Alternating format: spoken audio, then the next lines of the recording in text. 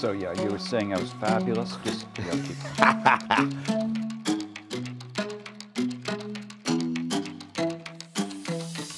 Hello and welcome to this episode of the A-List. Today I'm joined. Oh,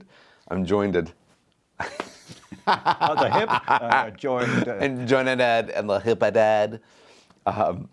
Today I'm joined by an phenomenal, fantastically talented Dr. Stephen Jeffries.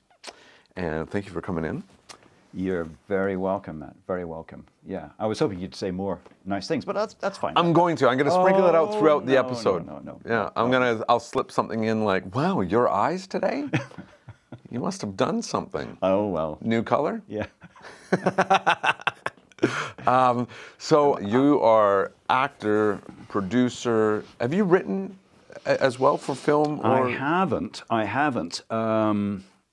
I did do a writing course, and I did produce like a 10-minute piece. I really enjoyed it, but no, I haven't got into serious writing. But the other things, yeah. But you, I mean, directing and acting primarily, and a lot of producing as well. Yeah, producing, yeah. Do you have a favorite of those three hats, or? Right. So, I think most of us start off with some aspect of theater, right? At least that was the way it used to work. So I was a lighting guy at school back in the day, and then they had lights then, huh? They had really weird, huge incandescent lights that took like 5 kilowatts per light, with enormous rheostats. I remember all that from school days. And was this in a high school or post-secondary? This was high school. This was Darwin Grammar. Our other Matt would know Darwin, little town. That was the first interest in theater, and then in college, med school, took my first dip in the water with acting.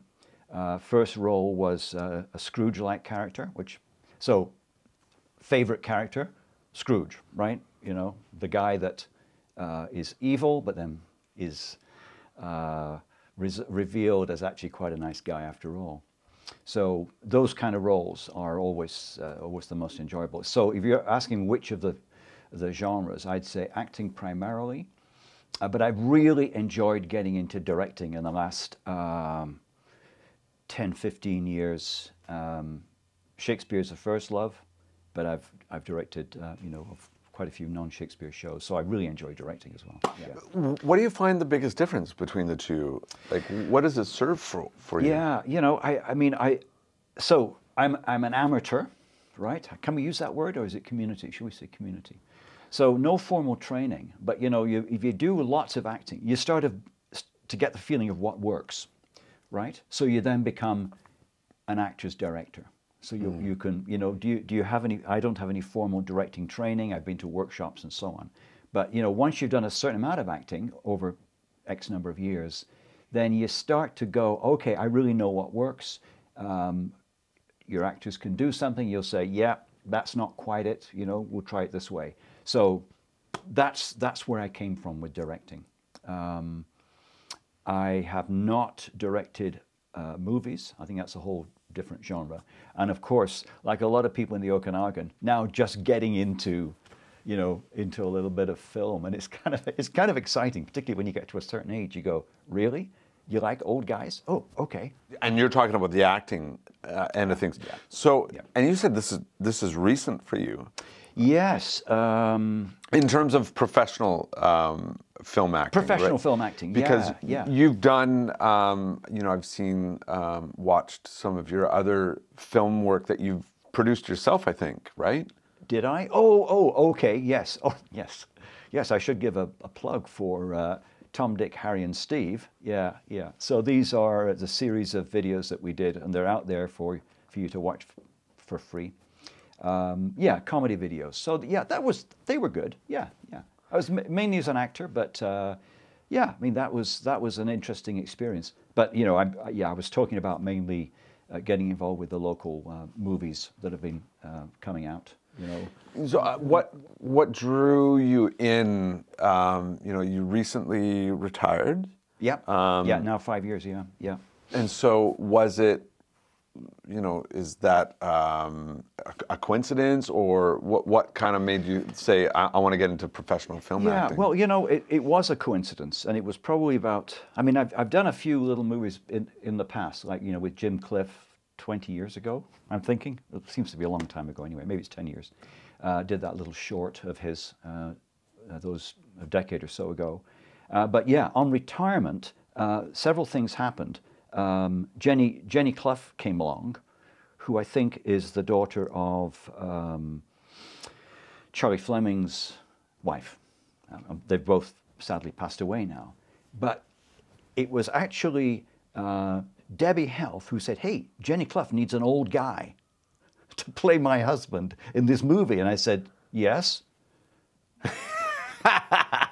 You'd fit the bill. So, so I went along for this audition piece, first time ever in front of a blue screen, and auditioned and got the role. I thought, oh, that's easy.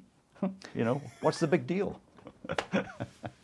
But it turns out, of course, there is a niche for older gentlemen, right? There's a niche, and the parts I've played have been older man, occasionally with names. But yeah, there's a niche, and they're principal roles, but they're 1 or 2 pages, and so it's been fun, and I found that it was fun. The first time, you think, what am I doing? My mind's a blank, my mouth is so dry, but then you get into the flow of it. So that was your experience, like the first take kind of thing, the first day on set? Yeah. You were feeling kind of like locked up a bit? Oh, yeah, I was totally locked up. I did the lines were solid until, of course, they go rolling, and you go, I can't remember a thing. Where am I? What's going on? But you said that quickly subsided. Yeah, it subsided. And so the most recent one that I did was up in Kamloops, again with Jim Cliff, the guy that he and I, he'd be in his early 20s, and I'd be, 20 years younger, in my 60s. It was Jim Cliff, again, producing directing this movie up in Kamloops. And it was just fun. I thought, this is all right. Yeah, you hang around, of course, for many, many hours, and then you're on the camera, and it's all, they're all very professional. I'm always impressed by how professional people are, on set, right? And how solicitous they are. Are you feeling all right? Would you like some water? Would you like to sit down? Would you like to stand up? Would you like to? Yeah, you're a little doted on, right? Yeah, as an actor on set. Yeah. So maybe it's that. Maybe it's getting treated so well. I don't know. So maybe a bit of a departure from theater, where some adjudicator says, that was a bad choice, right? Did you ever get that feedback in adjudication? So Andrew McElroy, who years ago gave me a supporting actor thing, but then more recently, actually, the play that I'm actually directing now, I directed 5 years ago for Festival, The Fighting Season. And it went to adjudication, and Andrew McElroy just tore it apart, right? But it was a learning experience. I mean, I think what he was saying was entirely correct. So when you say tear it apart, was it the acting he was sort of pulling the layers back on, or the directing, or the whole execution? Well, it's an interesting play. It's a three-hander, and it has lots of sound and lighting effects. And they actually didn't work that well on the night, which is it's a shame, because I think it actually jarred the actors. The sound effects weren't coming, the light effects weren't coming, and it was just all a little bit off kilter. And I had a sinking feeling, as it was unfolding. And Andrew is he's a great adjudicator, a great actor. But he's also capable of mercilessly taking. He does have a bit of a reputation. Taking you to pieces. Yeah. So I mean, but that's part of theater, and in fact, it's something you don't often get. I was just going to say, in community theater, thank goodness there's often a lot of support. Yeah. I would also maybe express that it lives in a bit of an echo chamber and it really only Yes. is as good as the best person or most educated or most professional person involved, right? Yeah, yeah. You know, and perhaps that's some of the difference between being on a union professional film set Right. and community theater. Although, you know, I think both you and I know there's community theater out there that probably belongs just as much on Broadway as anything that's being shown there. You're totally right. So there's a huge spectrum of abilities and professionalism, and you know, and I've been in shows that that have been fabulous shows. You know, they really have. Talking about Andrew McElroy, 20 years ago, Shakespeare Kelowna got a lot of awards for a Shakespeare play. Very unusual for Theatre BC Festival. And it was a great play to be in, and we're on the good side of Andrew McElroy then, you know, this great show is fabulous. But you're right, it's more often that kind of praise that you get, like, oh, what a great show, you did so well, right? It's unusual for people to say, wow, you really stank. You missed the mark. You didn't do it very well. Was there ever a time that you could look retrospectively at something you've been involved in and gone, oh, geez, that, you know, just from learning? Yeah. Let me think. You know, as you will know, and every actor knows, it's really difficult to know what is an effective performance. Right. And you know, you think you're doing well, and the audience are just kind of going, they're totally not involved, or they are completely silent, and at the end there's this tremendous applause. You think, well, what did we do? I mean, you know, how come this show was so good and last night it, you know, it's the magical part, of course, of theater. For film, it's in the editing room, right?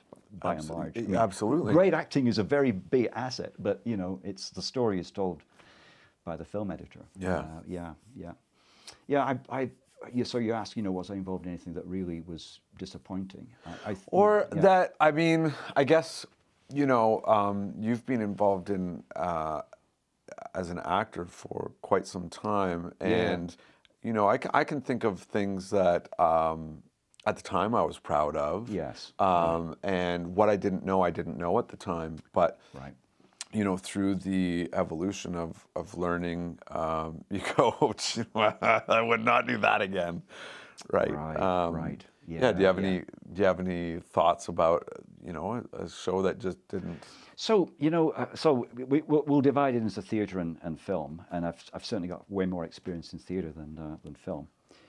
So with theatre, it's often a piece of magic that's created, and it's usually between, you know, those two people on stage, and it becomes real. It becomes much more real than the outside world. You know, right? That feeling that you get, that the hair on the back of your neck stands up, and you go, oh, I'm really experiencing these feelings. This is a real moment, you know, and they are magical, and you know, you'll remember those things forever, and you'll remember, of course, the huge errors that you made. Should I tell you one? I think you should. Because here's where I'm coming from with it. I think the relatability for myself and for audience members is that the truth is your best work is not going to be every time you do it, yet you have to do the work in order to get to the best work. Yeah. And you would hope that your earlier, your first projects aren't your best work, right? So I'd love to hear. Well, everyone's got stories, and I've probably got quite a few. But this was one in particular. This was probably 25 years ago. Don Plant was in the show. It was Rosencrantz and Guildenstern Are Dead. It's a fine, you know, it's a fine script. Tom Stoppard. Tom Stoppard recently died, didn't he? I think he died just recently. But anyway, a great script. It's probably a bit dated now, but it was a great script. And this show was a bit under-rehearsed. You know, you're coming up to opening night, you're going, oh, I just don't feel good. You know, I was playing the Player King, which is a moderate-sized role, not huge. I didn't really think I had any problem with my lines, but of the two leads, the one that was playing opposite Don, whose name I can't quite remember, but he was having a lot of difficulty. A huge dialogues, and they're often nonsensical dialogues, you know, so it's bang, bang, bang, bang, bang. But eventually they got really close to being, you know, very theatre worthy. But still, I think we all felt a bit nervous, particularly about those two guys who carried the play. So in one scene, I had to hide in a barrel, and I was due to jump out and say something, and the play was going on, and I was hiding in the barrel, and it became clear I couldn't remember what I was going to be saying when I jumped out of the barrel. I just couldn't remember. I did know that a few pages on, the pirates arrive, and you know, the play's based on Hamlet, and the pirates arrive, and Rosencrantz and Guildenstern, I think, they're spirited away. But I sat in the barrel thinking, I have no idea. I have no idea. But when I come out of the barrel, I'll remember. So, you know, the time came. There's the cue. Came out. Nothing at all. Just complete blank. And Don Plant was looking at me, and I could see his pupils dilating as the, you know, hours went by. So eventually, I thought, well, in 3 pages, the pirates arrive, and it's my line, and my line was pirates. So I went to the front of the stage and yelled, "Pirates!" And I could see the guys in the booth going, "What the fuck?" You know? The audience, of course, had no idea. I mean, you know, the play's a little bit nonsensical anyway, you know, but I was, for days, weeks, even today, I relive that moment. Yeah, yeah.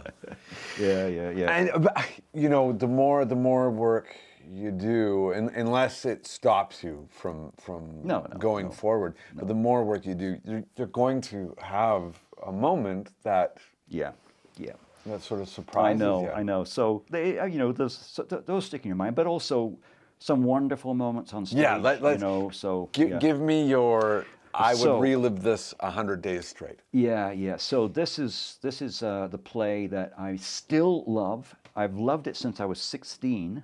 It's Richard III. You know it. You know the opening monologue, which I learned when I was 16. I've loved this play, and I got the opportunity to play Richard III. And this was 1995. So 1995, several things happened then. My wife and I separated. That was kind of a blow. And the director, Charlie Fleming, said, "Steve, just use it. Okay, I'll use it. Yes, you know, use the grief, use the emotion from that. It's a large part, over 1,000 lines. You know, I was reading it for at least 6 months, and in fact, I didn't have any major blunders with lines. There is a scene in Richard III which is a brilliantly written scene. Richard has killed people to get to the throne. He has thrown people in jail. All kinds of corpses strew his path, but finally he gets to sit on the throne, and he's sitting on the throne, and almost immediately things go wrong. His good friend Buckingham decides to revolt and gather an army, and he's coming to fight with Richard. And so somebody comes in and into Richard's right ear and says, "My lord, Buckingham is you know, has revolted," and Richard goes, you know, I can't remember the words now, but you know, goes, you know, go away. And then somebody else comes in, "My lord, Lord Stanley is in arms," la la la la la.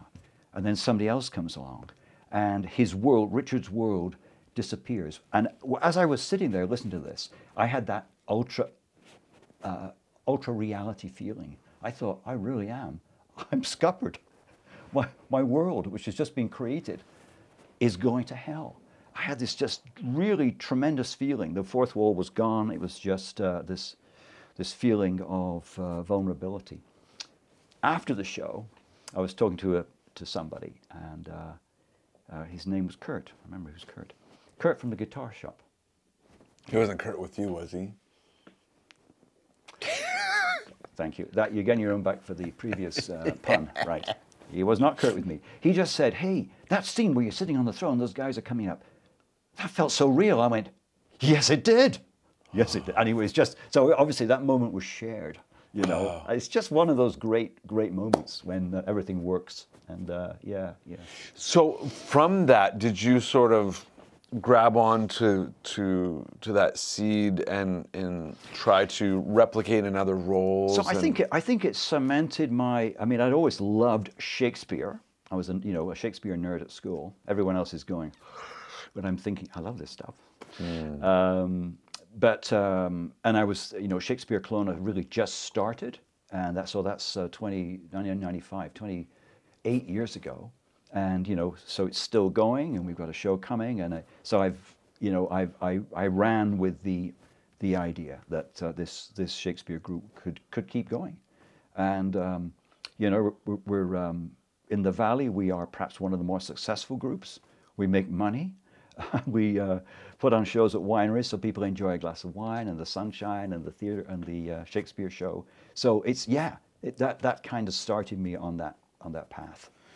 Yeah, and I mean, you've been a huge factor to the success of that group. And so you said they've been around for 28 years. How many shows-ish? Yeah, so we actually became a society in 1993. So in fact, it's 30 years. Oh, wow. 30 years, unbelievable, 30 years. So in fact, this is our 30th year. This is our 30th anniversary.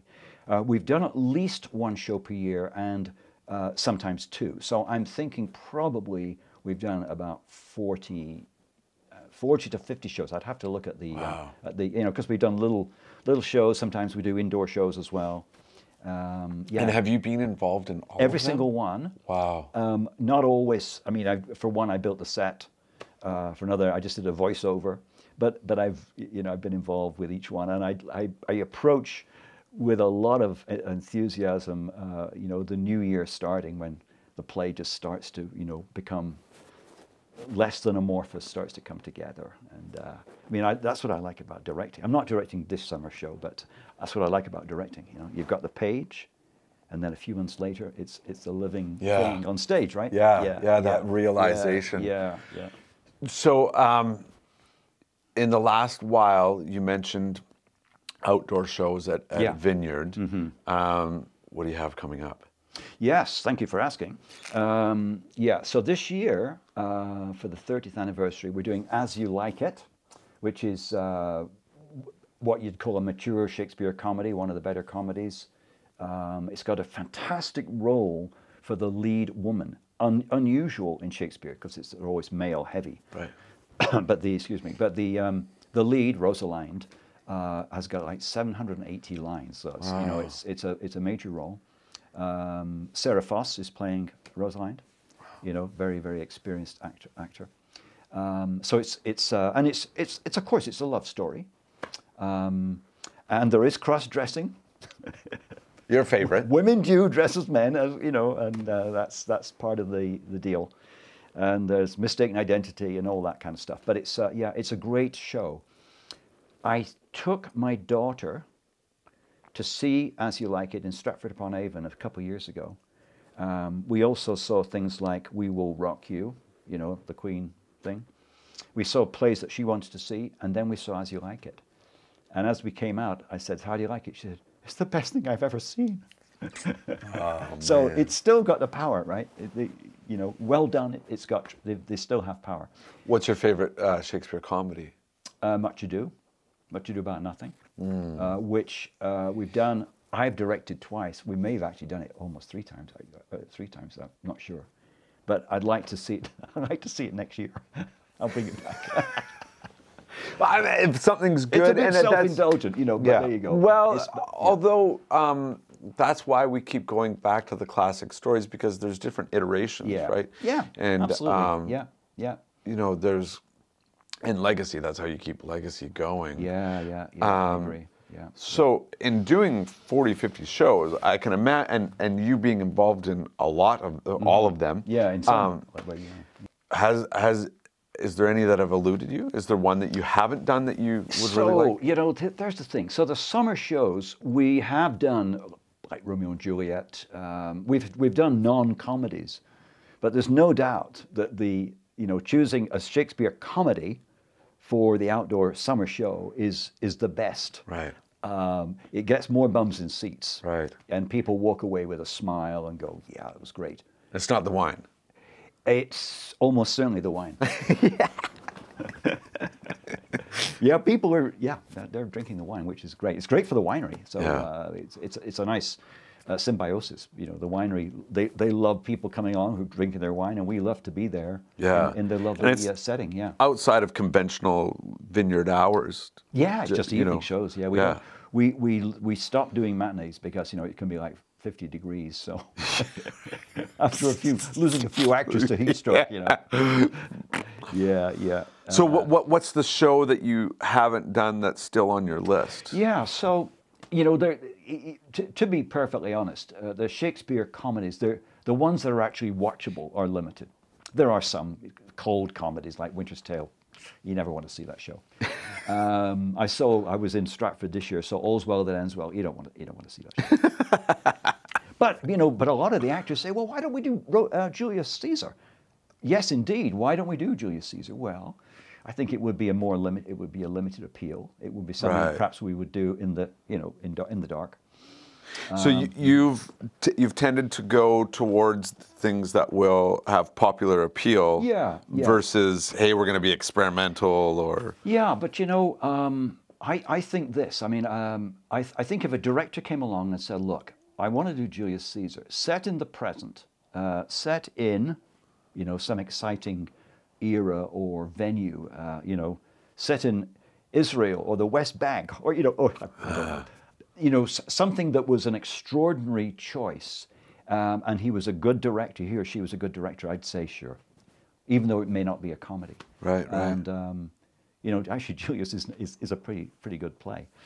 Of other Shakespeare plays, we have done Taming of the Shrew. It's a really difficult play. It's a little bit of misogynistic stuff going on there. Yeah. That's another one where you do have technically a female lead, Beatrice, right? You do. You have at least two. Of course, the main one, the Shrew, Catherine. Yeah, Catherine. Okay, and I apologize. I called her Beatrice. I don't know why. Yeah, Beatrice is what you do. Yep. Yeah, I mean, it is actually a great show, and we did a Shakespeare movie. I forgot all about that. Yeah, Richard Knight was the cinematographer and editor. We did a Shakespeare movie, which we actually rented a theater to put it on. And actually, people came to see it, at least 40. Wow. And it's because they weren't drinking wine. Relations and friends, but we did do a movie, and one of the pieces, there was a series of shorts. One of them was, in fact, Taming of the Shrew, a piece from Taming of the Shrew, directed by the lady. She's going to hate me for not remembering her name. From Virago. Her name is... Oh, Alana? Alana. Yeah, Alana directed it, and she did such a fabulous job. Wow. It's actually a really nice piece of cinematography and editing. Oh, yeah. It's, you know, it was the powerful scene where Petruchio is wooing Kate. But, I mean, you know, it's not rape, but, I mean, he comes on pretty strongly, you know. Right. So, but she... I can't remember the name of the actress. But, you know, the person playing Kate was extremely good and just handled it very well in a way that will be acceptable to modern audiences. Zoe. Oh, wow. Yeah. Zoe Sommerfeld? Sommerfeld. Yeah. No, she was lovely. Yeah. And it was her boyfriend, Adam Weaver. There you go. He is. So they did a great job, and it was a lovely little piece. Wow. Yeah. So yeah, we should branch out and do some more slightly risky plays. Have you done any of the Henrys? We did Henry IV Part 1. That was what, 20 years ago. Went to festival. That was actually a fun show. It's a great show, but has anyone ever heard of Henry IV Part 1? You know, people don't go, oh, it's one of my, I love it. Oh, yeah. You know, that big speech leading into battle, like there's some really good texture in there. It's great. And we have done Henry V. I don't know if you may have been thinking Henry V. Henry V is, you know, once more into the breach. Yeah. I was definitely thinking Henry V. Well, there are so many Henrys. There's the 4th, 5th, 8th. Yeah. Yeah. They're all good Henrys. Oh, they are. Henry. They are. Yeah, yeah, yeah. That was, it is. It was a great play. It's actually probably one of the best plays because it's got everything. It's got the fantastic humor and comedy of Falstaff, and Charlie Fleming back in the day played Falstaff. He was just unbelievable. He was superb. I think he won a Best Actor for that. Yeah. The one that you took to a festival? That's the festival one. Yeah, yeah. I went to festival. Wow. Yeah, yeah. So do you have a bucket list of? I mean, you've done a lot.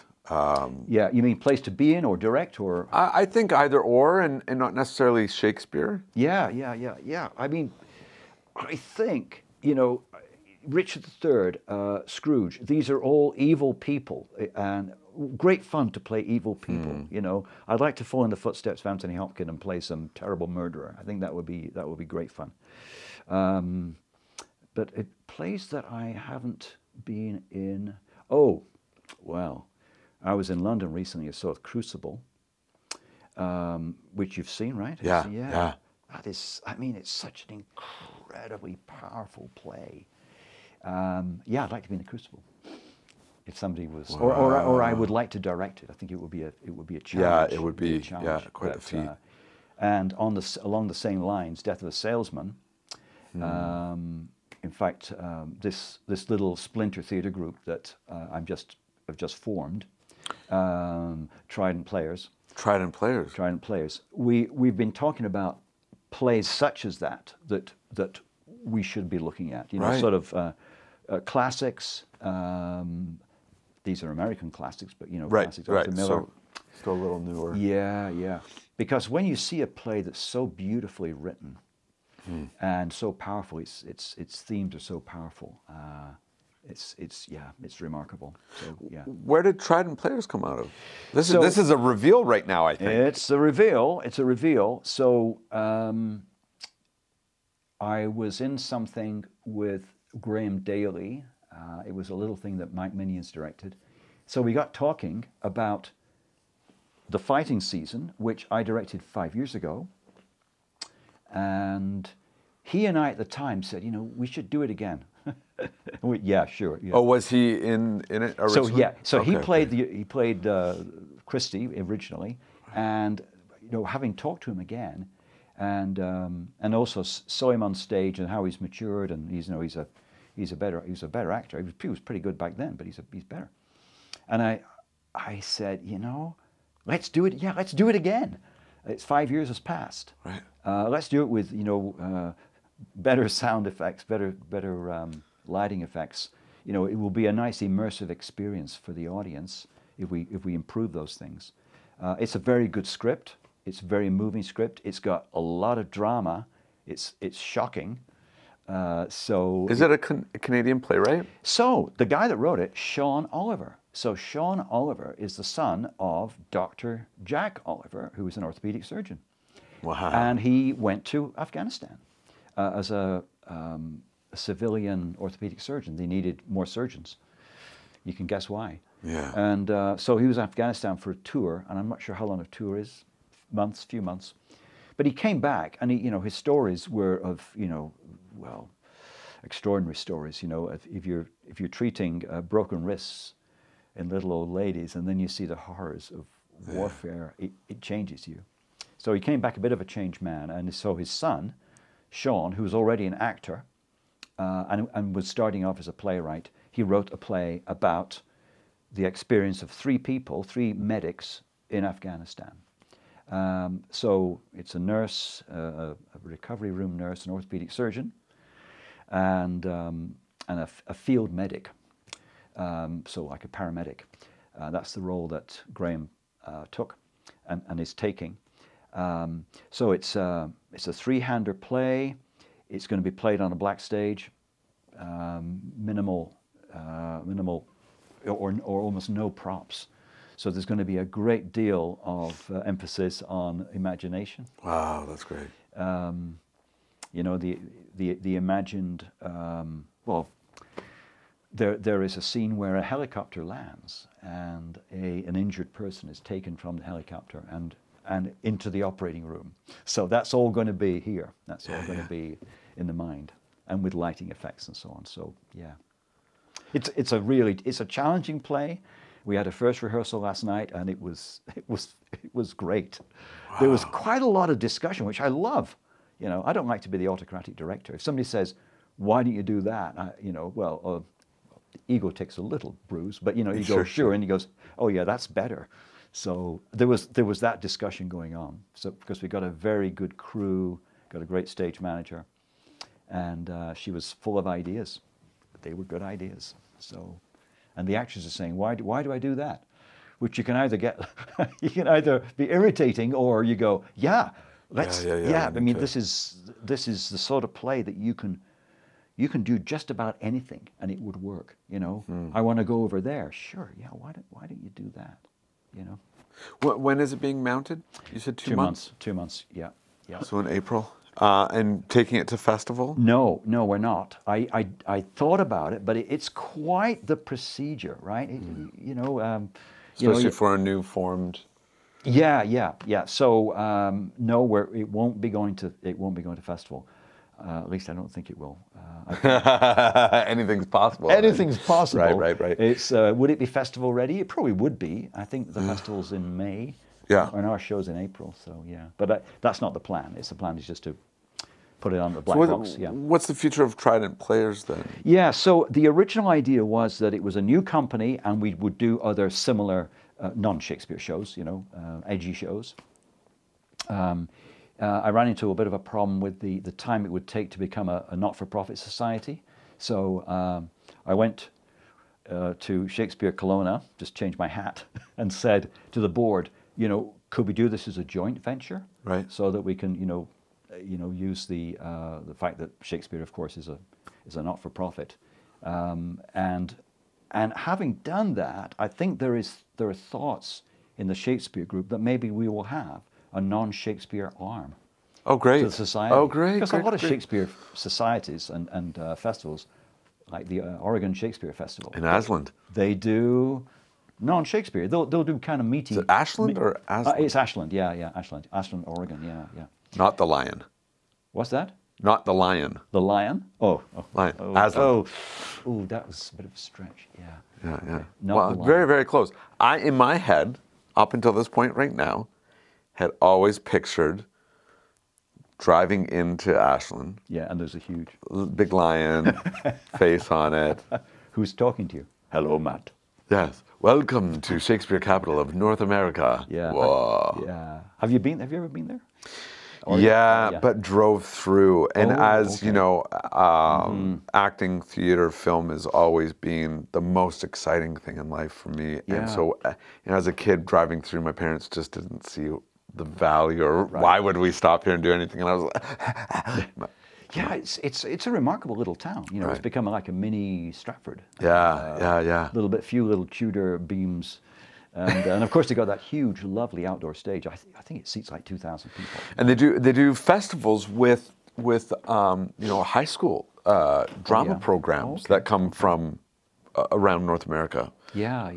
And Canadian schools go down there and participate. Right. No, I think it's definitely a destination. It's a theater destination. Yeah, I've been there about 3 times. Drove down once. It takes quite a while. Takes a couple of days to get down. Little bit of a drive. Yeah. But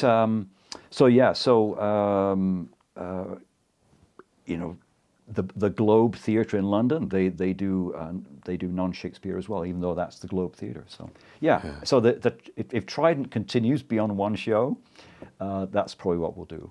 That's great. We'll look at some other classics. Great. Yeah.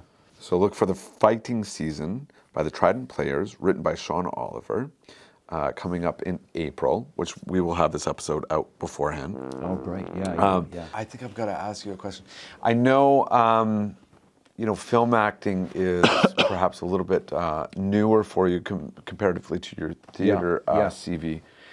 Have you worked with anybody famous, or somebody that our audience would know? You don't have to mention their name yet. Boris? No. Anyone famous? I'm looking for a cheeky story. So whatever I say, it doesn't really matter what I say. Yeah. Well, Jim Cliff.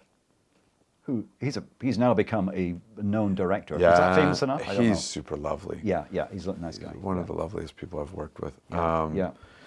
Yeah, no, I've asked some other guests if they've, worked with somebody that was, a little off-putting or anything. And then we talked about, the best person they've worked with as well. Right. To balance it out. Yeah. But well, I've in my limited film career, I mean, these guys are, they're leads from LA, but I don't know them, and I'm not sure anyone else would know them. But they were nice people who were great to chat to, and I enjoyed that, right? But, you have to have the you have to have the good experiences, and I think there is, there's those stories that exist out of Hollywood and other film sets and that. Yeah. I do think they're a very small sliver versus, and also for folks that aren't in the film industry, it's a very taxing industry for a lot of reasons, even just the hours alone. I just got my tax returns now.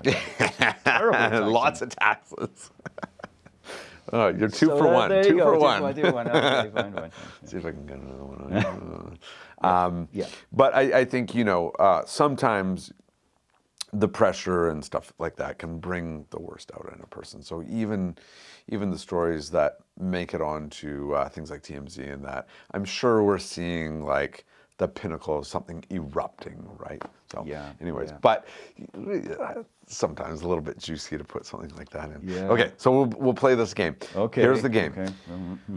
I'm going to give you 10 seconds. 10 seconds. You have to name 5 movies that you think deserve to exist from this point on, because a nuclear bomb comes down, it doesn't hurt people. Okay. Yeah. But it wipes out every single film except for the 5 films that you can stuff into this safe box that is unaffected. Okay, so are you ready? Well, I'm thinking of 2. Okay, cue pretty music, and time starts now. Okay, Shakespeare in Love, Kenneth Branagh's Henry V, Laurence Olivier's Richard III. There's a theme here. Yeah. They're great movies. That Silence of the Lambs, because it's so scary, and one more, Remains of the Day. Anthony Hopkins again. Yeah, I know. That's great. Yeah. Hey, no, I think people would be, very complimentary of you to put those into the canon. Yeah, you'd be surprised at some of the other I guess answers. he's my hero because because he's Welsh and he's so beautifully spoken. Oh, he's super lovely. He's lovely. Before I let you go, speaking of Anthony Hopkins, one of my favorite films that he's done, and I'm a little bit embarrassed to say I don't remember the name right now, but he plays a ventriloquist. Oh. And it's a thriller. Oh. And it was incredible. Do you know what I'm speaking of?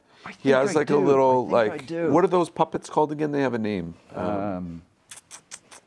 Ventriloquist puppets. I don't really know. know. Oh, is there a name for them? I don't know. But yeah, I mean, it was. I want to say it's 70s, and we're not doing CGI on mouths and stuff. I think he's actually doing the ventriloquism in it. Okay. Yeah. Check that out. I will. I mean, for as much in love as anybody could be with the man, it digs deeper. He played Titus in a film representation of Titus Andronicus. Did you see that? Right.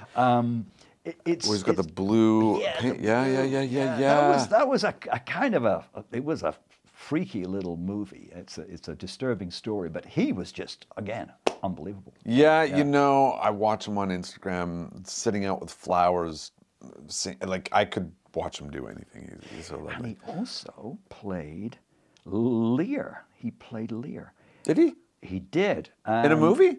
In a movie, and you can rent it. There was a movie. What I would advise you to do is watch Act 1, Scene 1, and then just turn it off, because the rest is not as good. But it's this wonderful opening scene. I don't know if you know the story, but he's the king of Britain, or something, and he's dividing the land between his 3 daughters. Right. So the 2 and he says, okay, to his 3 daughters, each of you, I want you to say something about me. And based on that, I'll give you a certain amount of land. So the first two daughters go, well, you're the best daddy ever. And yeah, I love you so much. Okay, you can have this much. And the second one, yeah, no, I love you more than her. Okay, you can have this much. And then he goes to the youngest daughter, his favorite, and says, and now, my dear, what would you like to say? She says, well, I love you as much as anybody else. He goes, pardon? You know, think again. Think what you're saying. Well, you know, I love you, but I'm just, you know, just like a daughter would love you. And then and from that moment on, he starts to go crazy. Yeah. But it's the change that occurs right before your eyes on the screen. It is a remarkable thing. So I would just rent it or something and just watch scene one and just watch this masterful guy just handling his what he does to his favorite daughter. He banishes her. You know, get out. You know, I never want to see you again. That's what I would do. And I've got 3 daughters, so yeah. So folks, if you haven't seen it, watch Act 1, Scene 1 of King Lear with Anthony Hopkins. If you don't do that, at least come and watch The Trident Players do The Fighting Season, directed by the fine and wonderful Dr. Steve. Thank you again for coming by. Well, thanks very much. That was fun. Very fun. Fun.